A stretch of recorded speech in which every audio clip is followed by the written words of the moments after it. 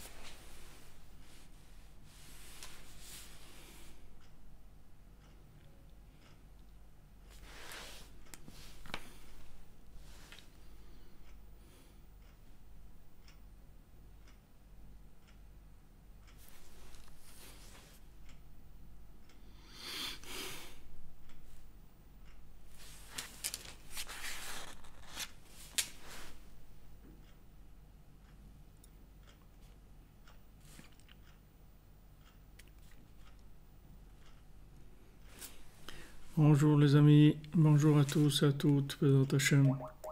Une excellente journée, Bezrat Hashem.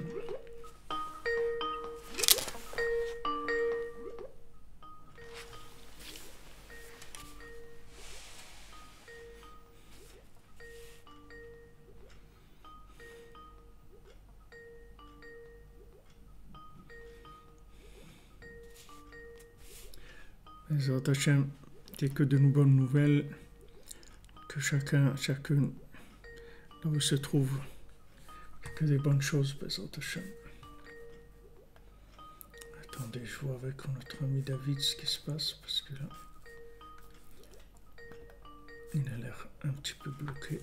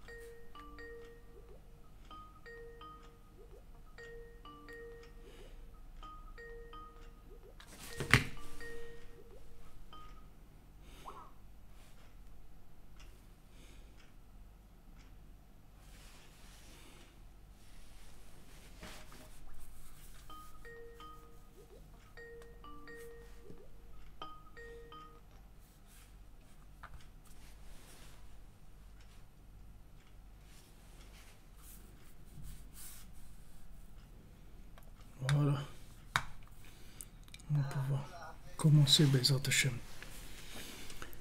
Alors, bonjour donc à tous, à toutes, nos amis, nos fidèles amis, auditeurs qui sont là au rendez-vous tous les jours.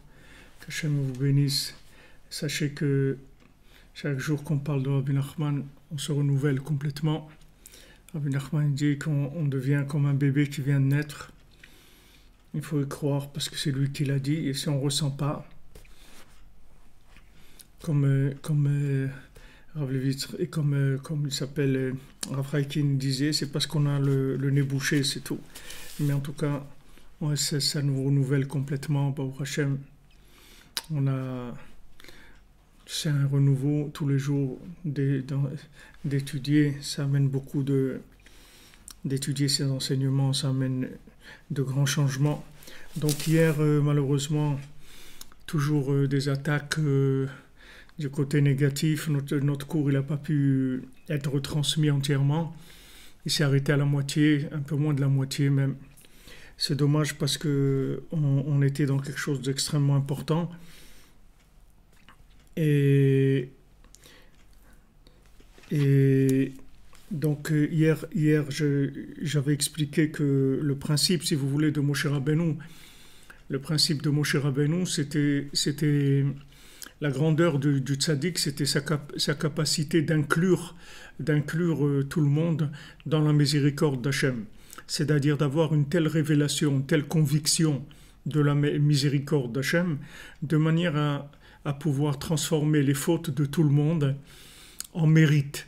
C'est-à-dire que de trouver dans chacun un point positif dans lequel que ce point positif-là, il va permettre de le rattacher à l'infini, de l'inclure dans l'infini, dans la bonté et la miséricorde divine.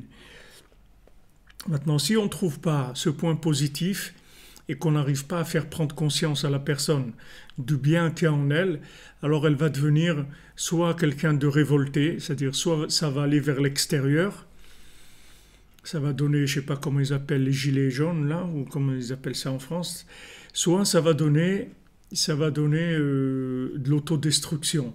C'est-à-dire il y a des gens qui sont de nature violente et il y a des gens qui sont de nature introspectée, c'est-à-dire ils vont s'autodétruire.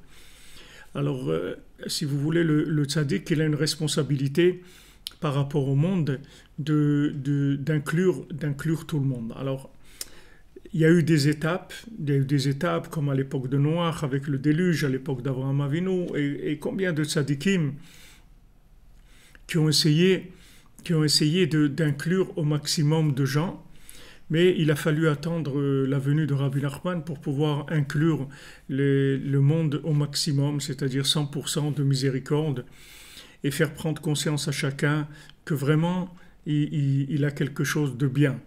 Et bon, je reçois beaucoup de messages de gens qui tous les jours qui se plaignent parce que c'est difficile pour eux, il faut les comprendre. Les gens, ils tombent, ils se relèvent, ils retombent, et ils n'arrivent pas à se maintenir. Ça fait des années qu'ils essayent de servir Hachem de façon intègre, ils n'arrivent pas. Ils retombent dans des faits de la folie, dans des bêtises.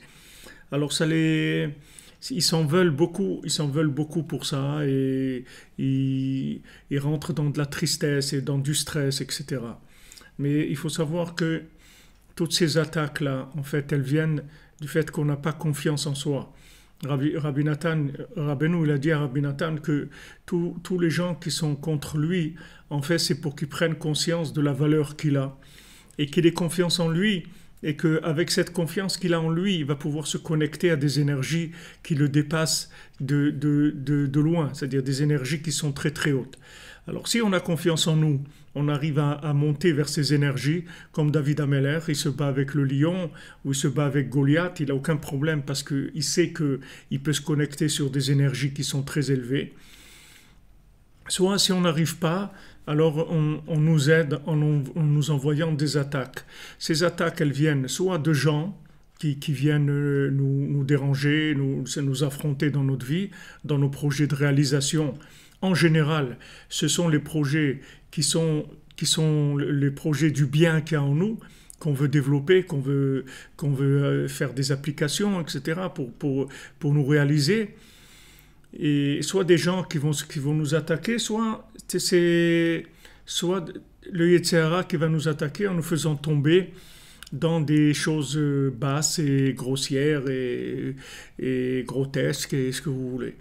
Donc maintenant, il faut être paré par rapport à ces attaques-là, en sachant que si j'arrive à tenir le coup, à ne pas lâcher dans ces moments-là, c'est-à-dire à être sûr que en fait, Hachem il m'aime de façon absolue et que le bien qui est en moi, il est absolu, il est indestructible et il est éternel.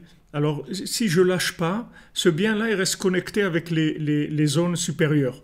Si maintenant je lâche, alors, soit je me retourne vers moi par un instinct suicidaire qui est des fois de la consommation à outrance, ou du travail à outrance, du souci à outrance, tout ce que vous voulez, tout ce qui dépasse la norme, c'est de l'auto-suicide. C'est-à-dire soit c'est de la boulimie, soit c'est des choses qui sont extrêmes. Ces choses-là, c'est de l'autodestruction. Soit au lieu de me détruire, je vais détruire les autres, c'est-à-dire je vais commencer à être violent et commencer à soit Hells Angels, soit terrorisme, soit n'importe quoi, et je vais attaquer les autres. Parce qu'en fait, j'ai pas pu me réaliser, Alors j'ai dit, puisque moi, je m'en sors pas, il n'y a pas de raison que les autres ils s'en sortent. Donc je vais devenir méchant et je vais commencer à attaquer les gens. Alors ça, c'est les deux erreurs en général qu'il y a. Il y a des gens qui ont tendance à la première, c'est-à-dire qui sont vers l'intérieur. Il y a des gens qui ont tendance à la deuxième. Tout dépend s'ils sont plus dans la bonté ou plus dans la rigueur. S'ils sont dans la bonté, ils vont s'auto-détruire.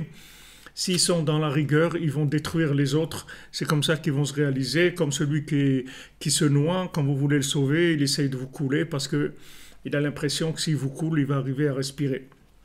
Donc maintenant, la solution, c'est le tzaddik qui peut nous connecter et il faut avoir confiance en lui. Par cette confiance, on s'inclut.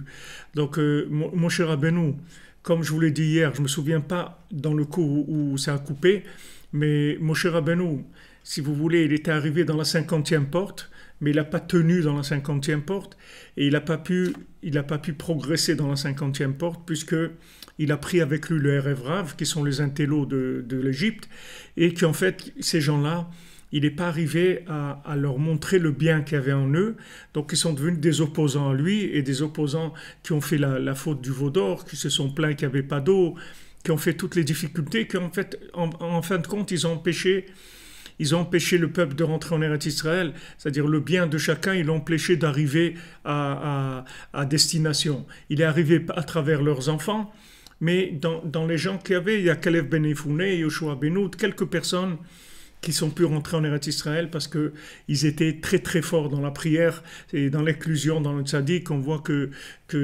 Yoshua Benoun, il a été sauvé parce qu'il avait une confiance totale dans Moshe Rabbeinu, une soumission totale à Moshe Rabbeinu, et Kalev Ben Yefouné parce qu'il allait prier à Hebron et demander sauvez-moi de ces gens-là qui veulent m'empêcher de rentrer en Eretz Israël. Donc Moshe Rabbeinu, il restait en lui une trace de nerf un petit peu, puisque deux fois Moshe Rabbeinu s'est écrit qu'il s'est mis en colère.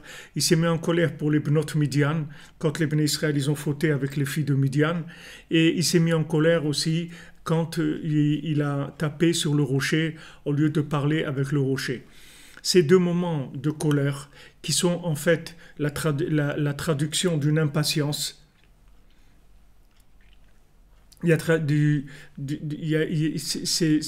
C'est la manifestation d'une impatience, c'est-à-dire que il voulait que ça marche, il voulait vraiment que ça marche, mais il voulait que ça marche tout de suite. Donc ça a entraîné de la colère, et cette colère-là, elle-même, elle a empêché de rentrer en Eretz Israël.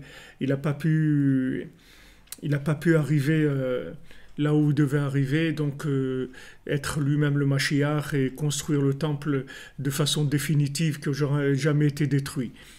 Donc le fait que maintenant il a eu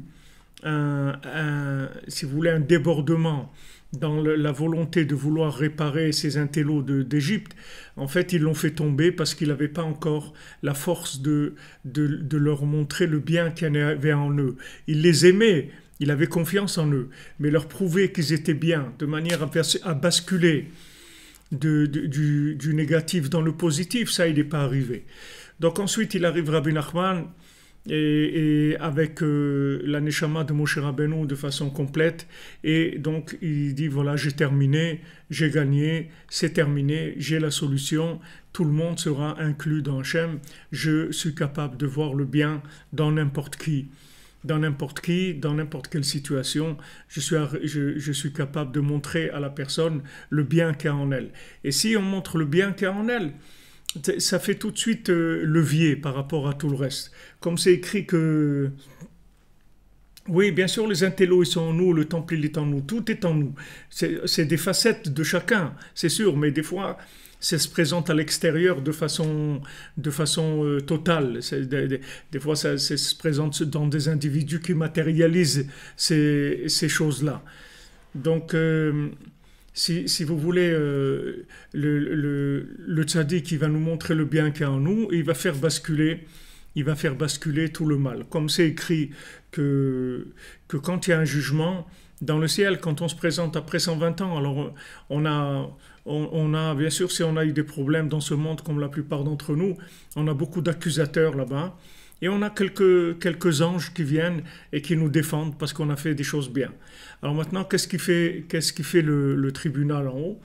Le tribunal en haut, c'est pas comme les tribunaux d'en bas, ils n'essayent pas d'embêter les gens, mais au contraire de les délivrer. Donc le tribunal en haut, qu'est-ce qu'il fait? Il demande aux accusateurs de dire tout ce qu'ils ont à dire. Alors il dit voilà, telle personne, elle a fait ça et ça et ça et ça, et la liste est longue. Et quand c'est fini, alors il dit mais comment une personne qui a eu tellement qui a fait tellement de bêtises, elle a trouvé la force de faire du bien? Comment elle a trouvé la force de faire du bien? Comment elle a fait elle a aidé des gens, elle a donné de la tzedaka, elle a invité des gens, elle a respecté son épouse, son époux, elle a donné à ses enfants une éducation comme il faut, elle les a protégés. Elle a essayé de diffuser Rabbi Nachman, elle a essayé de faire des choses bien. Donc ça veut dire que ce bien-là, il a une valeur extraordinaire, comme je vous l'ai expliqué plusieurs fois. En fait, plus on nous attaque, plus on valorise le bien qui est en nous, puisque on nous oblige à aller chercher plus haut, plus profond en nous. Il y a un instinct de vie, un instinct de conservation. Et plus on va nous attaquer, et plus on va nous dire qu'on vaut rien, et plus on va aller chercher en nous, on va dire mais c'est pas possible que je vale rien du tout, c'est pas possible que je sois incapable, c'est pas. On va chercher jusqu'à qu'on découvre le point positif qu'il y a en nous. Et en fait, c'est ça le sens du mensonge. Le mensonge, le Yetzer Hara, il est là pour nous aider à trouver le bien qui est en nous. Si on trouve le bien qui est en nous, il n'y a plus de mensonge, il n'y a plus du tout d'attaque. Comme on dit, la vérité, elle finit toujours par sortir, c'est-à-dire le bien, il va sortir. Seulement, si on fait ce qu'il faut par rapport à l'inclusion dans les niveaux supérieurs, alors ce bien-là, il va sortir très rapidement. C'est-à-dire, on va tout de suite basculer, prendre confiance en nous, être bien dans notre peau, avoir de l'assurance et aller dans nos projets avec de la confiance et réussir ce qu'on a à faire dans ce monde sans problème. Et si par rapport à ce monde, aux valeurs de ce monde, on n'a pas réussi, ben ça s'appelle de la réussite quand même, parce que on ne regarde pas ce qui s'appelle la réussite sociale, on regarde la réussite de la confiance en nous, en fait. La réussite, c'est d'avoir confiance en soi, c'est pas la réussite sociale.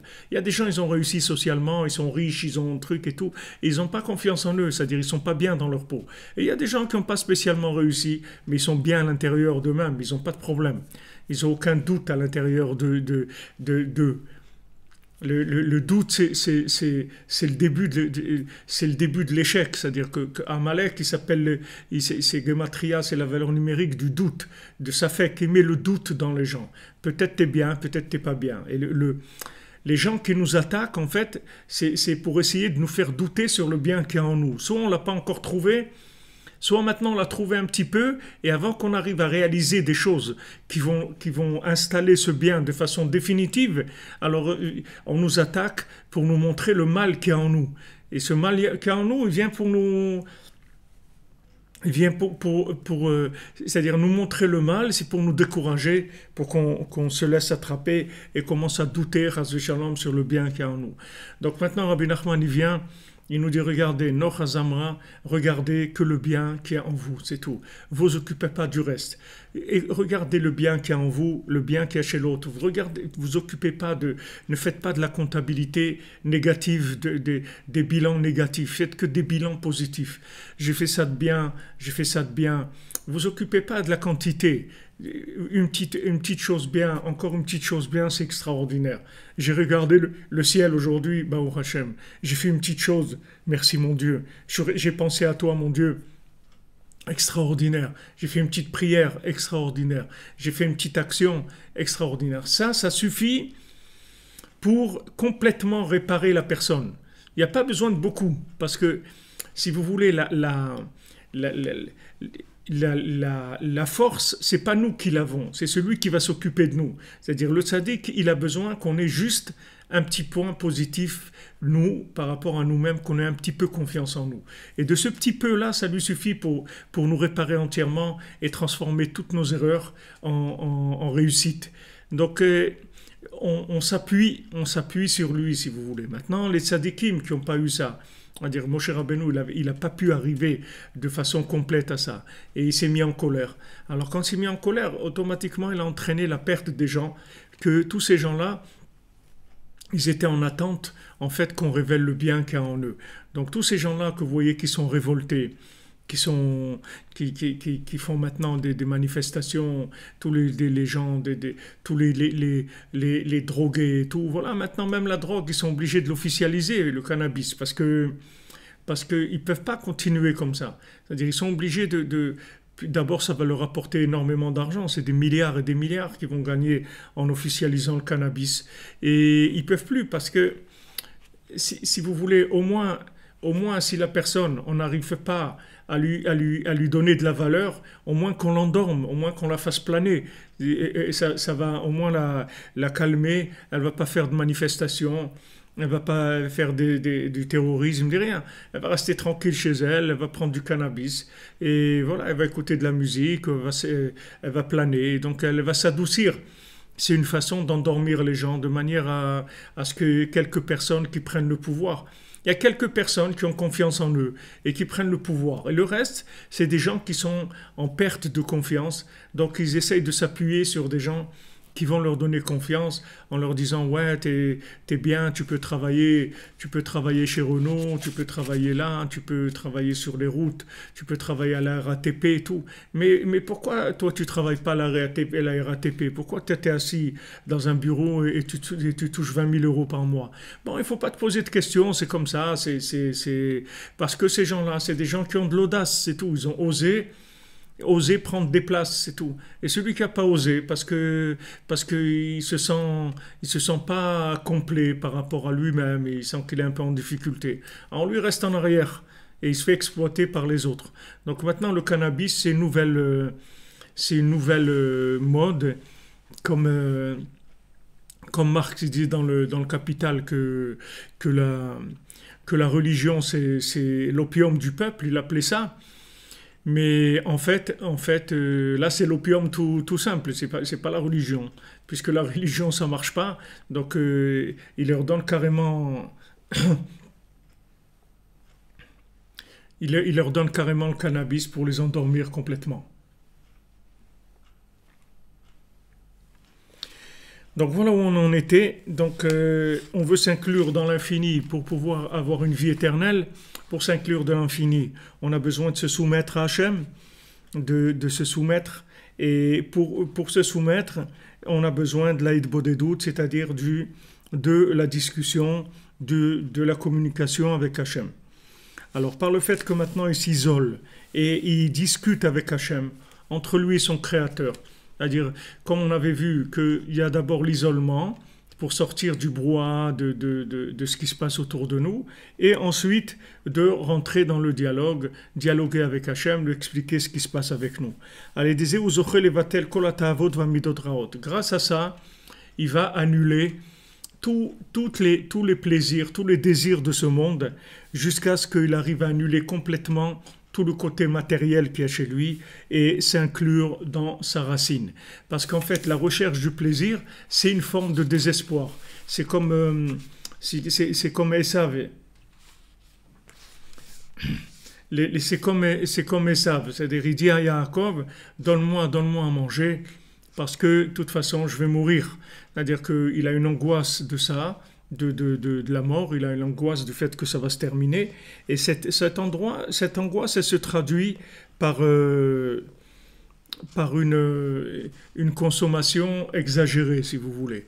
Donc, comme je vous ai dit tout à l'heure, c'est-à-dire que soit la personne, elle va consommer, c'est-à-dire elle va s'autodétruire par une consommation au-delà de la norme, soit elle va devenir un destructeur. Et ça, il avait les deux.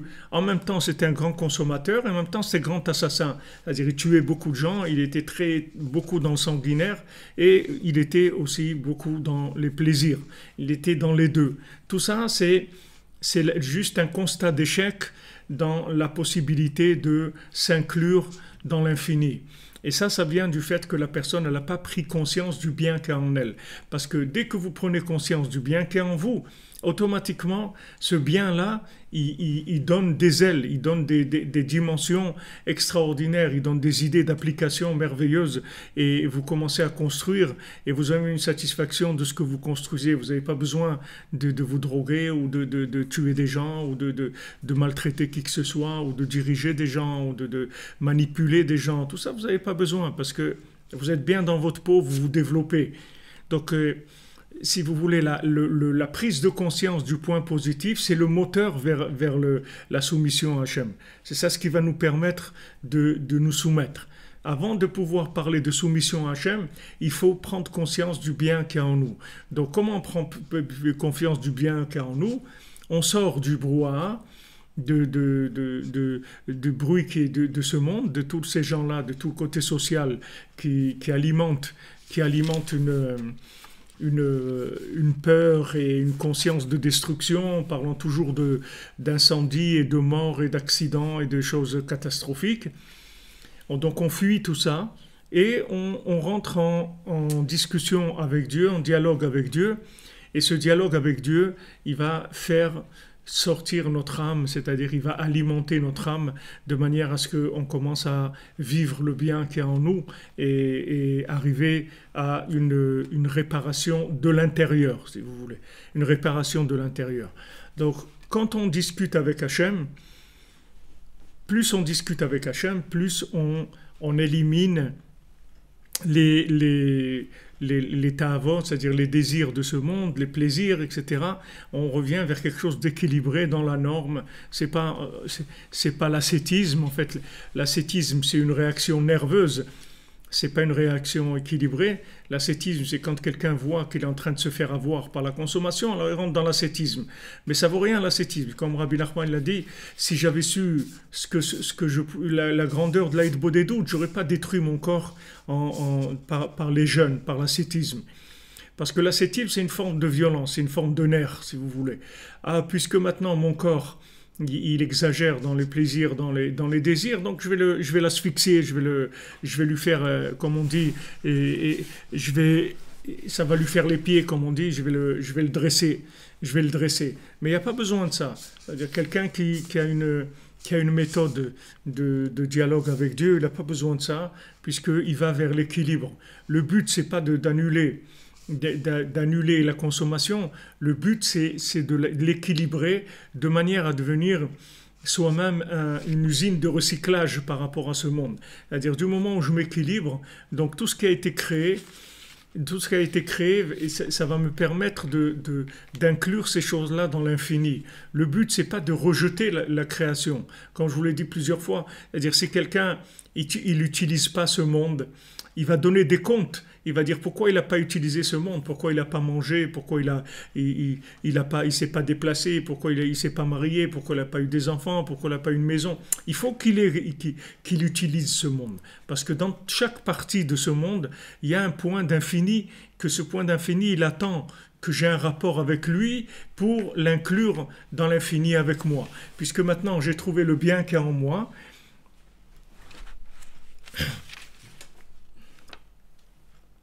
Exactement, c'est-à-dire c'est le juste milieu. Il faut parler avec Dieu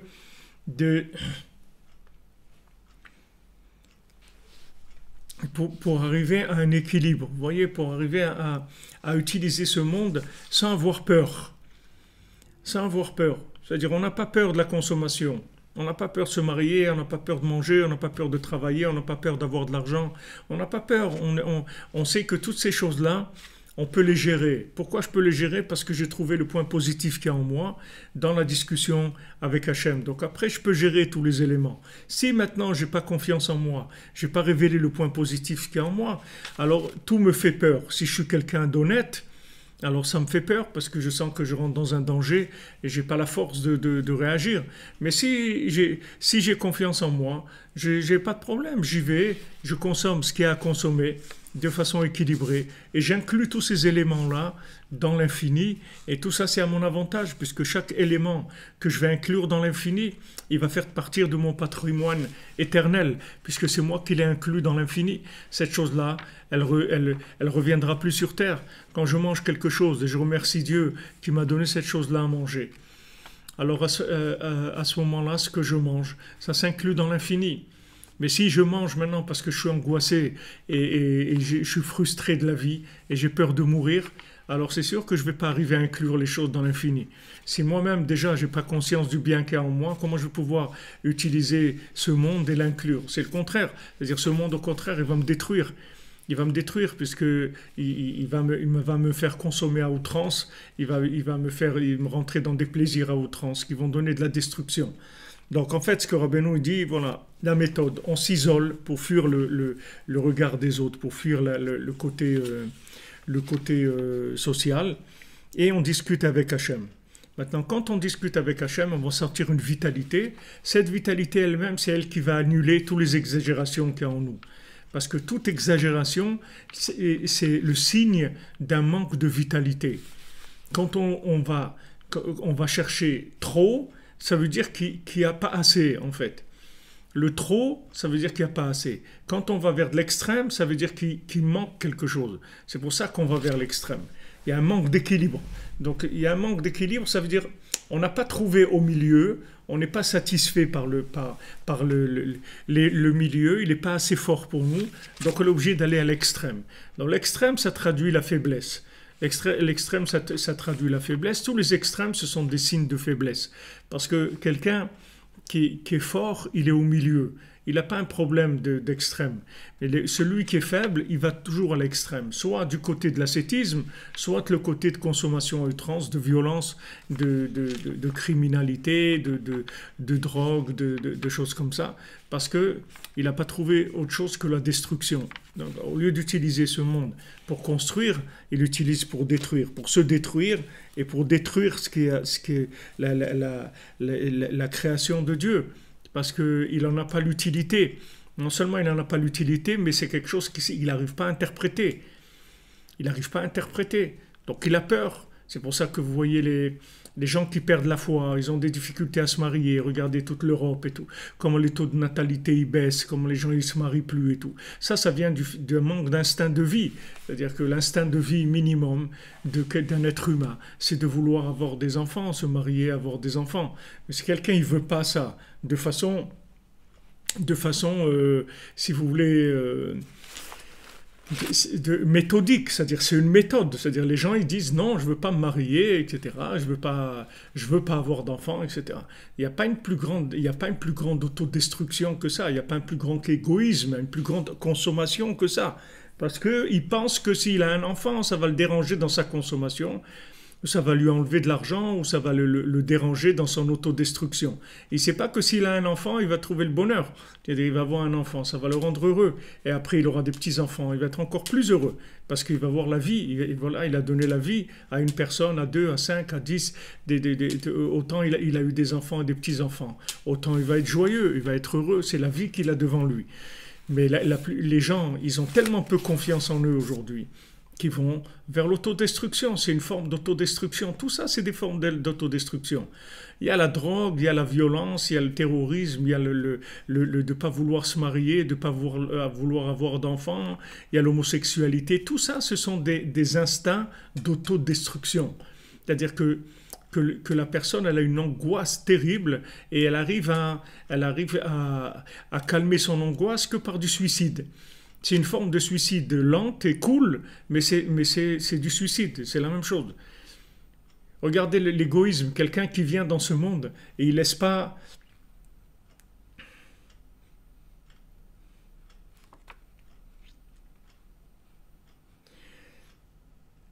Il laisse pas... C'est vrai, pour Rabbi Nachman, vous dites l'extrême, il a été nécessaire. C'est vrai, vous dites M. Idriss. Mais lui, il est passé par là pour nous faire... Tout c'est pour qu'on apprenne de lui. On ne va pas passer, nous, par la même chose. Parce que d'abord, si on passe là-dedans, on n'a pas la force qu'il avait lui. On risque de rester complètement dans l'ascétisme. C'est pas une expérience personnelle. Tout le principe de la soumission, si vous voulez, c'est justement de profiter des expériences des autres pour pas avoir à les passer. Si le monde il apprenait de son expérience, il aurait été réparé depuis longtemps. Mais les gens ils refont les mêmes bêtises à chaque fois. Mais tout le fait qu'il y a eu des prophètes, des tzadikim qui sont devant nous, c'est parce qu'ils ont passé des choses. Et c'est des gens forts. Alors ils nous donnent des leçons. Si on prend ces leçons, on a gagné des années, des siècles même, parce qu'avec ce qu'ils ont trouvé. Donc Rabbi Nachman, il nous dit, il nous dit, regarde, voilà comment il faut faire. C'est vrai, il y a des plaisirs dans ce monde qui sont la prière et l'étude et manger sans excès. Mais avant que vous ayez accès à ces plaisirs-là, il faut que vous ayez fini avec la tristesse. Il faut finir avec le manque de confiance en vous. Si vous n'avez pas confiance en vous, comment vous voulez prier? Comment vous voulez étudier? Vous allez étudier quoi? L'étude, c'est de la connexion à Dieu. C'est du branchement à l'infini. Vous ne pouvez pas étudier si vous n'avez pas confiance en vous. Vous ne pouvez pas prier si vous n'avez pas confiance en vous. Comment vous allez venir parler à Dieu? Vous dire qui est-ce que je suis? Moi, comme des gens ils me disent, mais qui je suis? Moi, vous croyez que je peux parler avec Dieu? Qu'est-ce que ça veut dire? Tu es une créature de Dieu. Comment tu sais que tu peux parler avec Dieu? Mais c'est sûr que tu peux parler. Non seulement tu peux, tu dois. Et il attend que tu parles avec lui.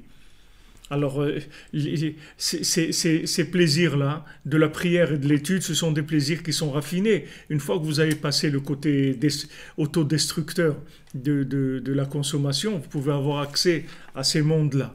Maintenant, Rabbi Nachman, il donne comme méthode pour quelqu'un qui est dans l'autodestruction, quelqu'un qui est dans la consommation, il donne l'isolement et le dialogue avec Dieu. Et avec ça, il dit, ça va éliminer les extrêmes qui proviennent d'une frustration et d'un manque de confiance en soi.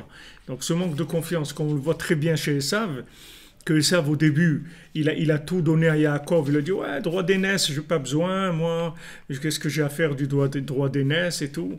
Après, il a perdu les bénédictions, après il est devenu très méchant, après il est devenu, il voulait assassiner Yaakov, il a fait tout ce qu'il a pu pour essayer de détruire Yaakov. Mais pourquoi il a voulu le détruire? Au début, c'est lui qui lui a donné, parce que lui-même, après, il a pris conscience de comment il était un idiot de ne pas avoir eu confiance en lui. S'il avait eu confiance en lui, en fait, il aurait pu vivre avec Yaakov, il aurait pu se soumettre à Yaakov en étant lui-même. Mais comme maintenant, il n'avait pas confiance en lui, il croyait que Yaakov, ça allait devenir son patron et qu'il allait le rendre esclave. Alors que Yaakov, c'est pas du tout ça qu'il voulait faire. Yaakov, il voulait s'associer avec lui de manière à ce qu'ensemble, ils travaillent. Comme dans une entreprise, vous avez un gestionnaire et vous avez un créateur. Vous avez quelqu'un qui est un artiste, qui a le côté artistique, le côté recherche du développement de l'entreprise. Et il y a le côté gestionnaire qui met en place toutes les structures, etc. Mais ces deux-là, qui sont le masculin et le féminin. Le féminin, c'est la structure, les structures. Le masculin, c'est l'inspiration. Ils ont absolument besoin d'être ensemble. Il ne faut pas qu'ils se séparent. Mais si maintenant, ils savent... Maintenant, Esav, lui, il n'a pas voulu, parce qu'il avait peur, c'est tout. Il avait peur parce qu'il avait une vision de lui qui était toute petite, qui était médiocre. Donc il a dit, si je me mets avec Yaakov, en fait, il va me rendre un esclave et je vais travailler pour lui. Et ça, je ne suis pas d'accord. Il ne savait pas du tout qu'il avait du bien en lui et que la clé du bien qu'il y avait en lui, en fait, elle est chez Yaakov. L'utilisation des structures, ça sert à quoi? Si vous avez une école, il n'y a pas d'élèves, à quoi elle sert l'école? C'est bien, elle est mignonne, il y a des tables, il y a des trucs, il y a tout ce que vous voulez, il n'y a pas d'élèves. Qu'est-ce que vous allez faire? Il y a rien, elle ne sert à rien. La structure, elle ne sert à rien s'il n'y a pas l'inspiration, s'il n'y a pas le côté masculin. Donc on a besoin des deux. Et le côté masculin, il a besoin du côté féminin pour s'installer, pour se développer dans le monde. Mais Esav, il a eu peur. Il s'est vu tellement nul, il a dit je vais mourir de toute façon, qu'est-ce qui va rester de moi? Rien du tout. Donc allez, tu veux le droit d'aînesse, prends-le et tout. Après, il a regretté terriblement. Il a regretté ça terriblement. Il s'est dit, mais qu'est-ce que j'ai fait? Qu'est-ce que j'ai fait? L'idiot de lui donner ça. Et ça s'est retourné dans la haine. Donc ce système-là, si vous voulez, ce cas de figure-là, ça se répète tous les jours. C'est ce qu'il y a dans le monde. Vous voyez, soudain, un bonhomme, il rentre quelque part, il assassine des gens, ou bien quelqu'un se détruit avec de la drogue, ou bien n'importe quoi. Toutes ces destructions-là, ça vient d'où? C'est le même principe que de Esav. C'est exactement le même schéma. Il n'y a aucun changement. C'est resté toujours pareil. La personne n'a pas confiance en elle parce qu'elle n'a pas trouvé le bien. Donc elle a l'impression qu'elle est nulle. Donc quand elle a l'impression qu'elle est nulle, elle dit pourquoi je vais devenir l'esclave de quelqu'un ou pourquoi je vais vivre. Alors je m'auto-détruis. Alors c'est la drogue, c'est le refus du mariage, le refus d'avoir des enfants, le refus d'être joyeux, de créer quelque chose, etc. La personne, elle se perd. On a besoin, le point de départ, c'est de révéler le bien qu'il y a en moi, en étant sûr qu'il est là, même si je ne le vois pas. même si je ne le vois pas, même si je suis accablé de choses négatives sur moi-même, dans ma tête, que j'ai des jugements négatifs terribles, etc., et que les autres, ils m'aident aussi à avoir ces jugements négatifs en parlant du mal de moi. Alors, ils m'aident à voir que le négatif, c'est-à-dire comme on dit, à broyer du noir, c'est-à-dire ils essayent de me faire broyer du noir, tous les gens qu'il y a autour qui veulent m'exploiter, en fait. Alors la personne, elle se renferme sur elle-même, elle va dans de l'autodestruction, soit elle va vers de la destruction des autres. Donc c'est exactement comme Esav. Esav lui a dit, donne-moi, Aleitenina, c'est-à-dire gave-moi avec ces lentilles-là, ce rouge, gave-moi de rouge, ou bien après il passe à l'épée, c'est-à-dire au crime, à la destruction, parce que il n'a aucune confiance en lui. Si vous voulez amener la paix dans le monde, si vous voulez que les gens soient tranquilles, soient bien dans leur peau, il faut leur dire qu'ils ont du bien en eux et leur donner cette méthode pour que le bien qu'il y a en eux commence à germer, à sortir de la terre. Il a enterré le bien, il est sous la terre. Toute la terre que les gens ils ont mis pour enterrer le bien de tout l'esclavage, toute l'exploitation qu'il y a eu dans le monde, soi-disant les pays du tiers-monde et tout, l'exploitation, d'écraser les gens, de leur voler tout ce qu'ils ont, etc. Alors les gens ils se sont sentis des idiots, des esclaves, des moins que rien. Mais ça, vous croyez que ça reste que comme ça. Après, ça passe à l'état de la violence, à l'étape de la violence. Ça commence avec ça. Après, ça finit par de la violence.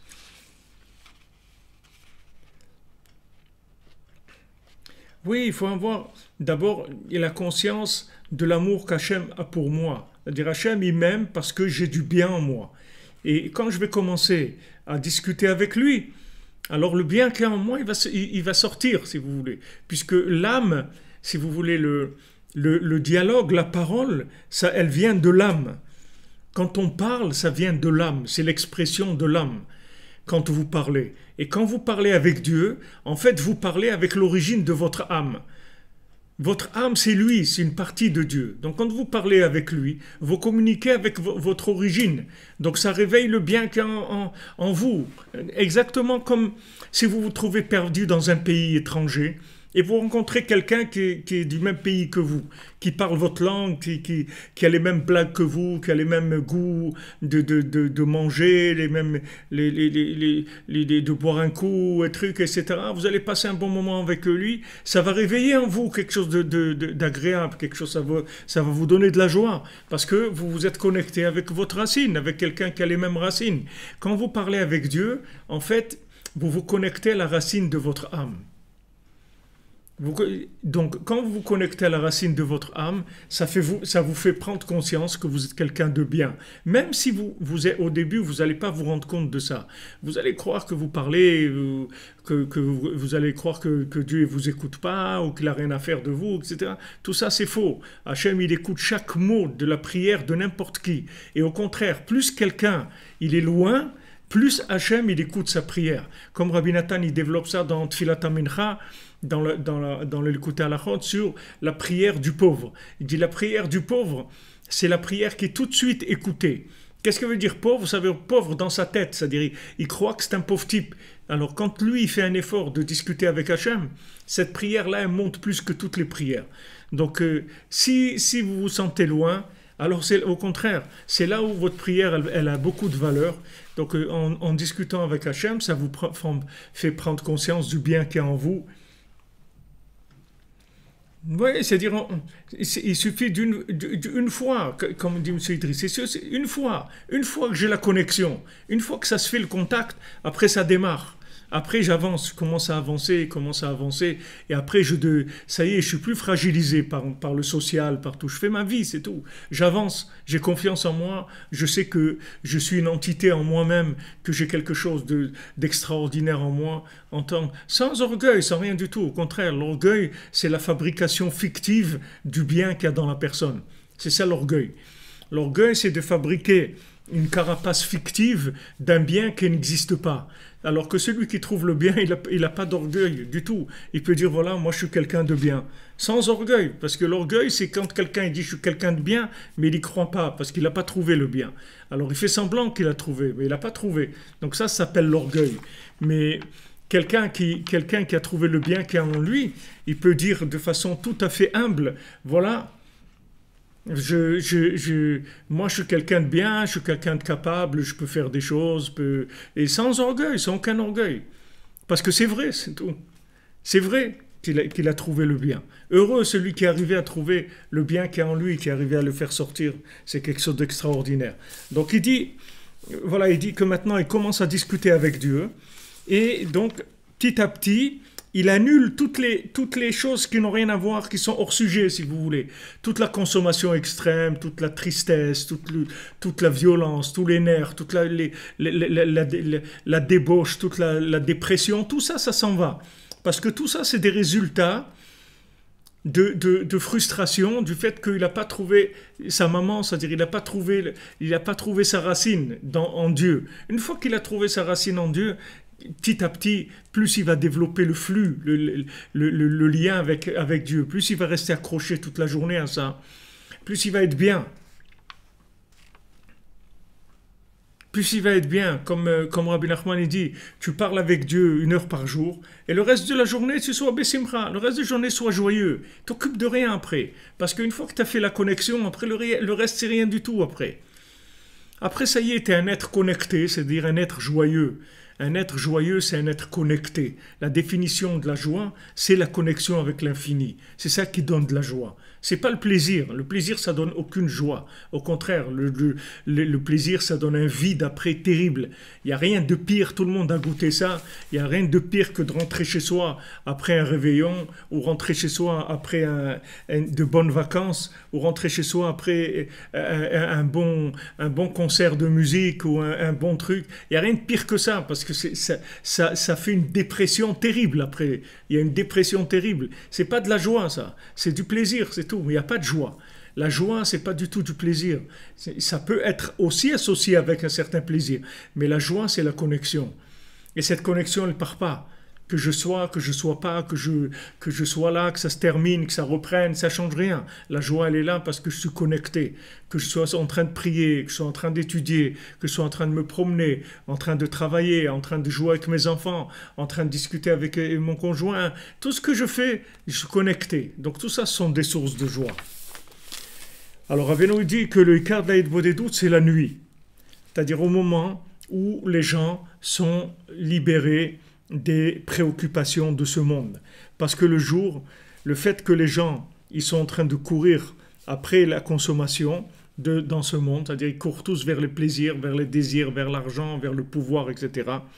Ça annule et ça trouble la personne, ça l'empêche de se coller, de s'attacher à Hachem. Alors, comme je vous avais expliqué, ça, ce sont des pôles d'attraction, ce sont des pôles de distraction, si vous voulez.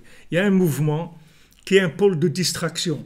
C'est-à-dire c'est un pôle de distraction vers des choses qui nous enlèvent du centre de gravité. Il y a un centre de gravité qui est notre âme, qui nous permet de nous connecter à Dieu. Maintenant, pour toucher ce centre de gravité, pour entrer dans cette centrifugeuse, si vous voulez, il faut que vous laissiez le mouvement de la centrifugeuse tourner. Alors il va y avoir des éléments à l'extérieur qui vont vous tirer sans arrêt.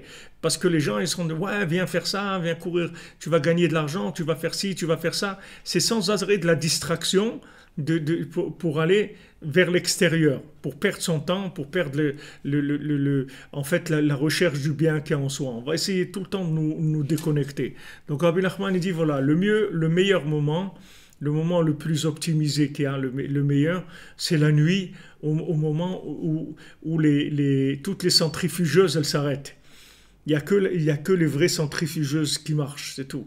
Comme c'est écrit que heureux ceux qui servent Hachem, que ceux qui sont dans la maison d'Hachem, et David Amelech il dit qui sont dans la maison d'Hachem la nuit. C'est heureux ces gens-là. Parce que même le jour, celui qui est dans la maison d'Hachem, il y a du mouvement. Il y a d'autres centrifugeuses, il y a d'autres pôles d'attraction, c'est-à-dire des distractions.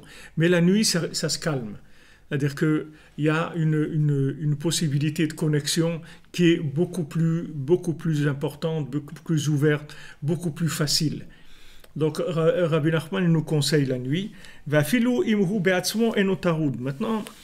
Rabbi Nachman dit même si la personne elle-même, elle n'est pas préoccupée, elle est tranquille, elle a pas, disons elle est en vacances par exemple, elle est dans un parc, elle est en bas de la Tour Eiffel ou n'importe quoi, elle n'est pas préoccupée. Malgré ça, comme les gens ils sont dans la course autour de lui et ils courent derrière les bêtises de ce monde, ça va être difficile pour lui d'arriver au bitoul, c'est-à-dire d'arriver à l'inclusion totale dans Hachem. Ça va être difficile pour lui de se concentrer, sur l'expression de son âme, d'inclure son âme dans l'infini. Ça va être très difficile pour lui, parce qu'il y a beaucoup de mouvements autour de lui. Ce mouvement, ça le dérange, ça le trouble, ça crée de la distraction. Donc Rabbi Nachman, il nous conseille première chose, d'abord la nuit. La nuit tranquille, la nuit, le mieux, comme je vous l'ai dit, c'est la deuxième partie de la nuit, à partir de 6 heures, la sortie des étoiles. Ici aujourd'hui à Oman, c'est 5 heures de l'après-midi, c'est la sortie des étoiles. Donc c'est à partir de 11 heures du soir et jusqu'ici au matin, la colonne du matin elle est à 6 heures, ici 6 heures et quart. Alors jusqu'à 6 heures et quart, voilà, de 11 heures du soir à 6 heures et quart, c'est ouvert, c'est-à-dire la connexion elle est ouverte, c'est tranquille. Les mieux, c'est les 2 premières heures, puisqu'elles sont beaucoup plus intenses. On va avoir une aide aussi de tous les tzadikim, de tous les tzadikim qui sont dans l'autre monde. Ils vont nous aider à la connexion pendant ces 2 heures-là, et même jusqu'à 6 heures du matin. Mais le plus intense, c'est les 2 premières heures. Donc, Rabbi Nachman nous dit, voilà, la nuit. La nuit, tu vas être tranquille, tu vas pouvoir commencer à t'exprimer de façon sincère. Et deuxième condition qui donne Rabbi Nachman, c'est d'être dans un endroit spécifique, c'est-à-dire de pas être n'importe où. Alors il dit où le meilleur endroit, c'est dehors, en dehors de la ville, dans un chemin solitaire. Sortir de la ville, aller dans un chemin où on est seul. Dans un endroit où les gens ils vont pas là-bas le jour, parce que là où les gens ils vont le jour, et que ces gens-là ils sont en train de courir après ce monde-là, même au moment où ils sont pas là-bas, ça trouble la hitbo des doutes. Donc ça c'est un élément de plus que Rabbi Nachman il amène, c'est que il n'y a pas besoin, c'est-à-dire que même si quelqu'un il n'est pas présent, vous voyez, c'est-à-dire que disons vous allez faire, disons que vous travaillez dans un supermarché et vous travaillez à Carrefour, vous faites des trucs la nuit, c'est fermé. Et maintenant vous êtes dans les rayons, vous vous promenez et vous allez faire hitbo doudout là-bas. Maintenant les pensées des gens qui sont là-bas toute la journée avec les courses que je dois acheter, j'ai oublié ça, je dois prendre ça. Ces pensées-là, elles tournent dans l'air. Elles sont là dans l'air. Donc ça va vous déranger, ça va vous empêcher de vous concentrer. Donc il faut essayer de trouver des endroits où l'air est pur. Pas pur que de la pollution des pots d'échappement, c'est la pollution mentale, la pollution des déchets mentaux. Les gens, ils parlent de la pollution des pots d'échappement, mais ils ne savent pas qu'il y a de la pollution mentale. Il y a de la pollution mentale dans le monde, c'est-à-dire qu'il y a des gens qui sortent de leur tête des excréments mentaux, c'est-à-dire des choses qui pourrissent l'air. Et quand vous vous trouvez là-dedans, alors vous n'êtes pas bien, c'est-à-dire en tout cas vous n'êtes pas libre, parce que tout ça, ça crée dans l'atmosphère, comme maintenant la pollution physique, ça vous empêche de respirer, de vous oxygéner et tout. La pollution mentale, ça vous empêche d'exprimer ce que vous avez dans votre âme. Donc, les conditions, la condition qui donne Rabbi Nachman, les 2 conditions, d'abord la nuit et essayer d'avoir un endroit où il n'y a pas de pollution mentale. D'essayer de trouver un endroit où il n'y a pas des idées qui circulent, qui vont nous troubler.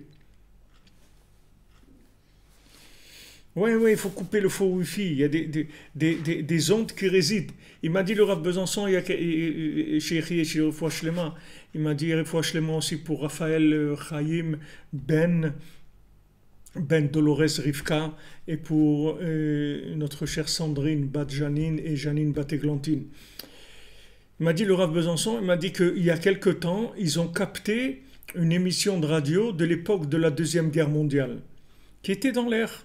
Et ils ont capté ça, c'est-à-dire que c'est des émissions, c'est-à-dire les gens ils émettent, et ça reste dans l'air. Donc après quelqu'un il se connecte, il peut attraper une émission qui date de la première guerre, de la Deuxième Guerre mondiale ou n'importe quand.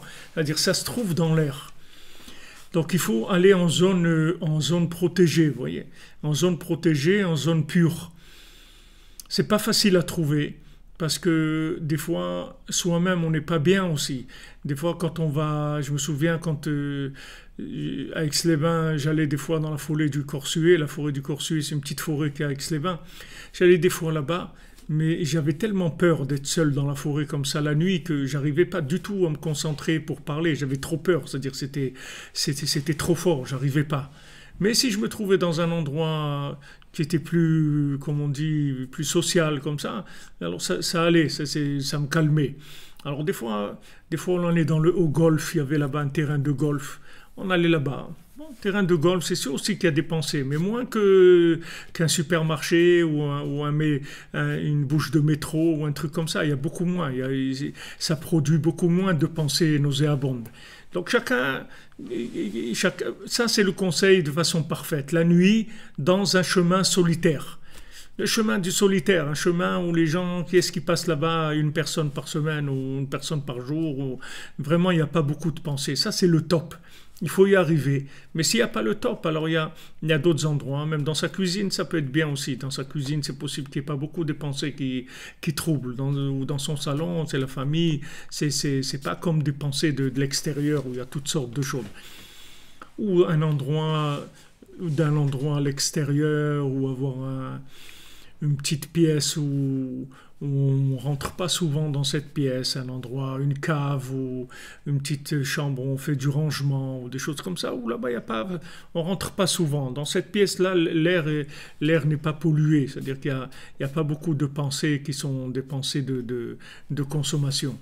Donc voilà les deux côtés. C'est vrai que la peur, c'est un manque de confiance et d'amour, c'est vrai, mais quand on est comme ça,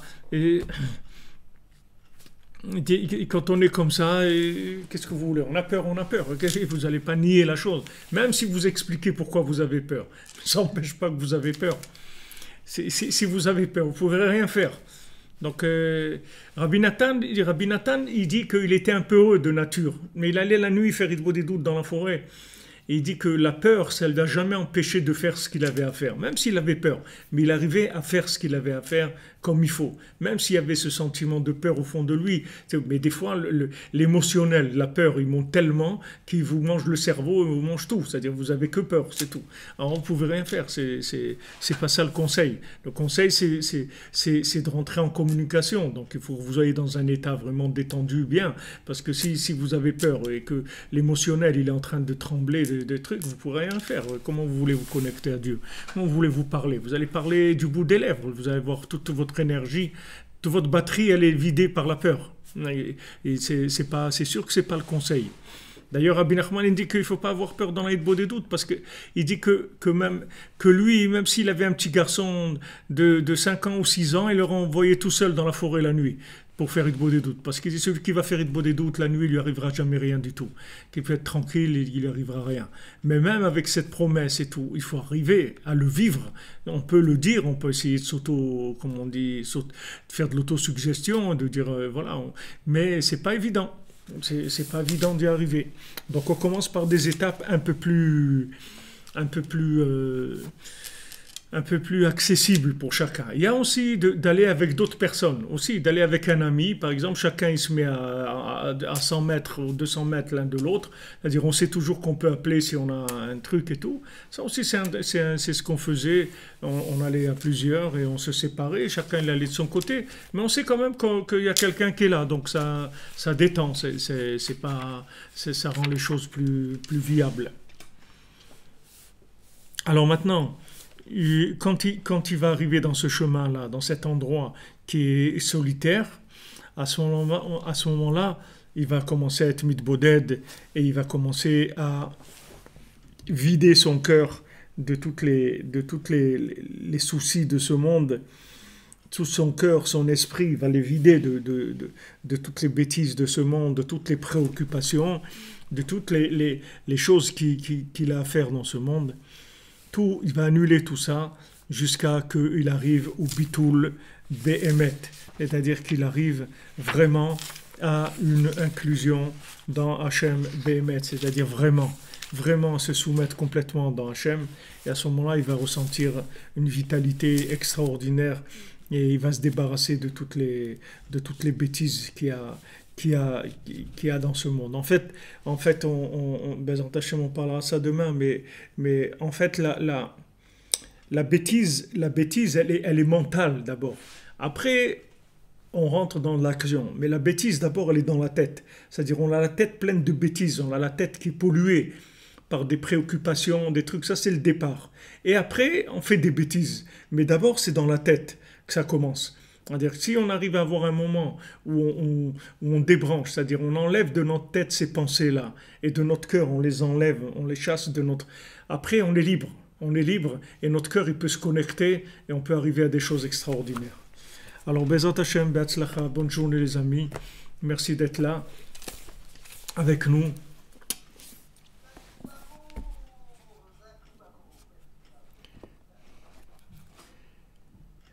Voilà. C'est quoi l'anecdote de votre arrière-grand-père au Maroc, paix à son âme? J'ai pas vu l'anecdote.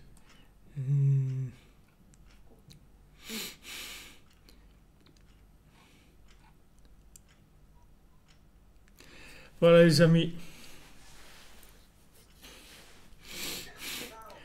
Et écoutez, si vous n'avez pas de forêt, Zenou, alors Monsieur Zenou, alors mettez un poster d'une forêt. Ah, les maisons hantées, Hachem Mishmor. C'est vrai, il y a des maisons où il y a des choses terribles. Hein.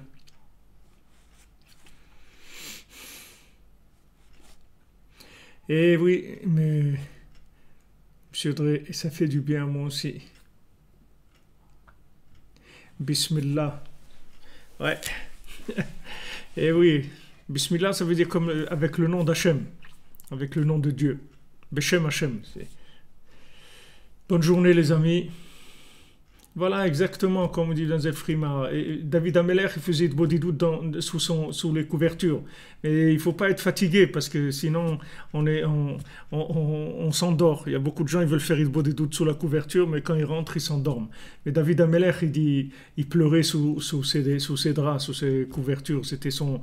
Rabbeinu, il dit que c'était son moment dit bodhidout. Refouach les mains pour Jeanne Lambin, Bat Gabriel. Une bonne journée à vous tous, à vous toutes. Merci. Et Bezrat Hashem, on se retrouve demain dans la joie, dans le shalom, dans la réussite, dans la confiance en soi. Que des bonnes nouvelles. Merci à vous.